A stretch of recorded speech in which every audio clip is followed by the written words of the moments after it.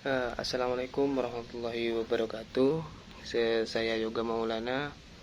Di sini saya akan memenuhi tugas UTS mata kuliah arkeolog, di mana saya harus menerangkan apa yang saya dapatkan dari kelas arkeolog. Baik, langsung aja. Yang pertama, apa itu arkeolog? Arkeolog adalah ilmu yang mempelajari kehidupan semua di manusia di masa lampau melalui peninggalan-peninggalan kebudayaan yang ditemukan di dalam tanah seperti artefak, fosil, struktur bangunan, tulang belulang dan lain sebagainya.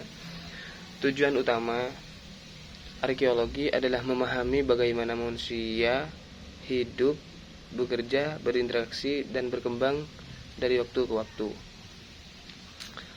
Jadi, secara harfiah, arkeologi adalah ilmu tentang hal-hal kuno. Lanjut, apa saja yang dipelajari dalam arkeolog? Yaitu, arkeolog tidak hanya mencari benda kuno, tetapi juga berusaha menjawab pertanyaan seperti pertanyaannya, bagaimana cara hidup manusia purba dan apa yang mereka makan, kemudian bagaimana sistem kepercayaan atau religi mereka, terus bagaimana struktur sosial mereka, terus bagaimana mereka membangun rumah atau kota. Untuk menjawab semua itu, arkeolog mempelajari sebagai peninggalan seperti artefak. Artefak ini seperti benda-benda buatan manusia seperti tembikar, alat batu, senjata, perhiasan. Kemudian ada lagi yang namanya futur. Futur itu struktur atau bangunan seperti candi, benteng, rumah atau sumur. Kemudian ekofag. Ekofag benda alami yang digunakan atau terkait dengan manusia, misalnya biji-bijian, tulang hewan atau sisa makan. Kemudian sisa manusia seperti kerangka atau fosil manusia purba. Terus bagaimana cara kerja arkeolog? Yaitu satu, survei lokasi. Arkeolog melakukan survei untuk menemukan situs arkeologi.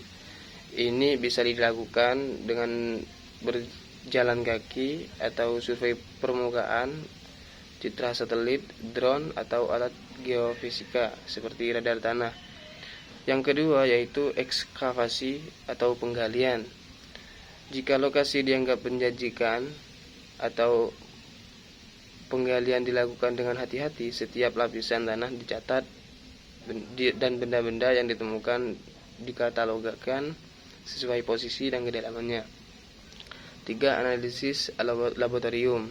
Artefak yang ditemukan kemudian dibersihkan, dianalisis dan diberi tanggal, misalnya dengan metode carbon dating atau benda organik.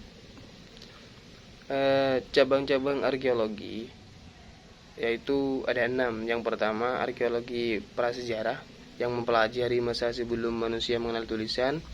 Kemudian arkeologi historis mempelajari masa yang sudah memiliki catatan tertulis. Yang ketiga, arkeologi klasik fokus pada peradaban Yunani dan Romawi kuno. Yang keempat yaitu arkeologi Islam, mempelajari peninggalan kebudayaan Islam. Terus yang selanjutnya arkeolog maritim yang mempelajari peninggalan bawah laut seperti kapal karam.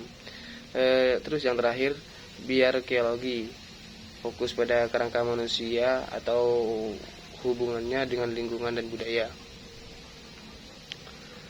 Terus contoh-contoh situs arkeolog terkenal yaitu seperti Candi Borobudur dan Prambanan di Indonesia. Candi Borobudur dan Prambanan merupakan peninggalan Hindu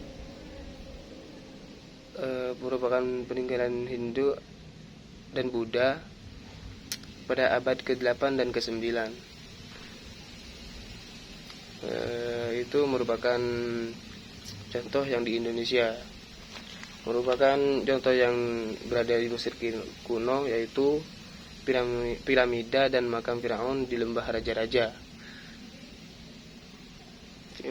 Arkeolog di Indonesia.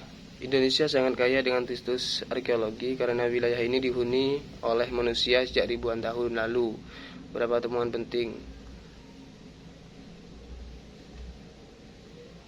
Situs Sangiran, Jawa Tengah, tempat ditemukannya Homo erectus atau manusia purba.